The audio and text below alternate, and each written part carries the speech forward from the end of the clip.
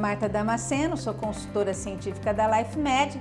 Nós vamos mostrar para vocês as particularidades do ajuste do HRV 2020, né? Uma máquina extremamente robusta, cuidadosamente elaborada para esse momento de pandemia, mas pode ser usada em qualquer outra condição clínica.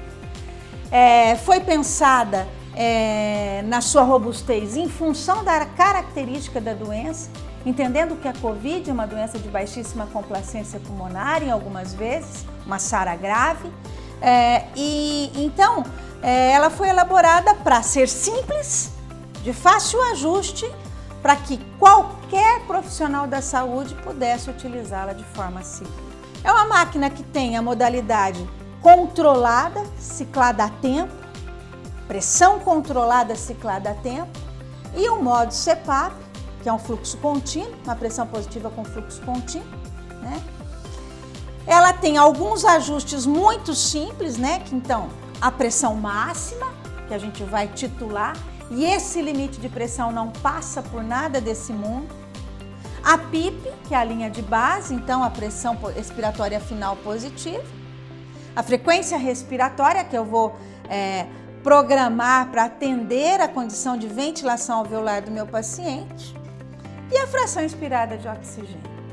Os cuidados ventilatórios são básicos e na COVID o cuidado maior é a utilização dos filtros, que a gente já tem ciência, né, e utiliza em outras máquinas, no HRV não é diferente, mas essa máquina tem uma particularidade, ela não depende de energia elétrica e tem nos ajudado muito na prática clínica, no transporte dos pacientes e no momento de exame de tomografia e ressonância dos pacientes, porque ela não tem componentes magnetizáveis. Então eu entro com essa máquina na ressonância e não preciso desconectar o paciente em momento algum. Isso é uma garantia, né? Porque esse paciente não deve ser despressurizado. Lembrando, é uma SARA grave. Se eu despressurizo, eu perco todo o efeito e cálculo de volume, de pressão, de PIP e o ganho que eu já tive durante o processo ventilatório prévio. Bom, então vamos lá. Na minha prática, para que eu consiga realizar uma ventilação efetiva, então nós vamos aqui, ó, ligar a máquina no modo controlado, então, em pressão controlada. E o ajuste inicial, eu Marta, começo pela PIP com o ramo ocluído. Então, eu ocluo o ramo, coloco uma frequência aproximadamente de 15 respirações por minuto e ajusto a PIP. Vou ajustar aqui uma PIP de 10, que é o que se preconiza no paciente grave, inicialmente. Isso foi determinado até como uma diretiva primária para a ventilação dos doentes de COVID. Em cima dessa PIP, eu ajusto qual será a minha pressão máxima tolerada. Então, eu vou tolerar aqui no máximo 30 de pressão, entendendo que eu estabeleci, então, um delta de 20. Ou eu posso abaixar esse delta mediante a análise da gasometria do meu paciente, ok? Então, eu já tenho um paciente com uma PIP de 10, uma pressão máxima entre 18, 20 e até 30 centímetros de água, então eu vou pôr aqui 30 centímetros de água, e uma frequência respiratória entre 15 e 20 incursões por minuto. Nesse momento, eu conecto o paciente no respirador. Após a conexão, daqui uns 15 a 20 minutos, colhe-se uma gasometria para então a verificação da oxigenação fiel e da ventilação alveolar com base na análise da PCO2 e o pH do nosso paciente. Feito isso, esse é o básico. Isso é o que se deve manter. Caso haja necessidade de maior volume corrente, o ajuste de maior pressão de insuflação ou pressão máxima deve ser realizado, né? Lembrando, não é aconselhável que se ultrapasse muito mais do que 35 centímetros de água, salvo nos doentes obesos com SARA. A PIP você pode ajustar mediante a necessidade mecânica do seu paciente. Pacientes com menor complacência necessariamente vão precisar de uma pressão expiratória final positiva maior, e o contrário é verdadeiro.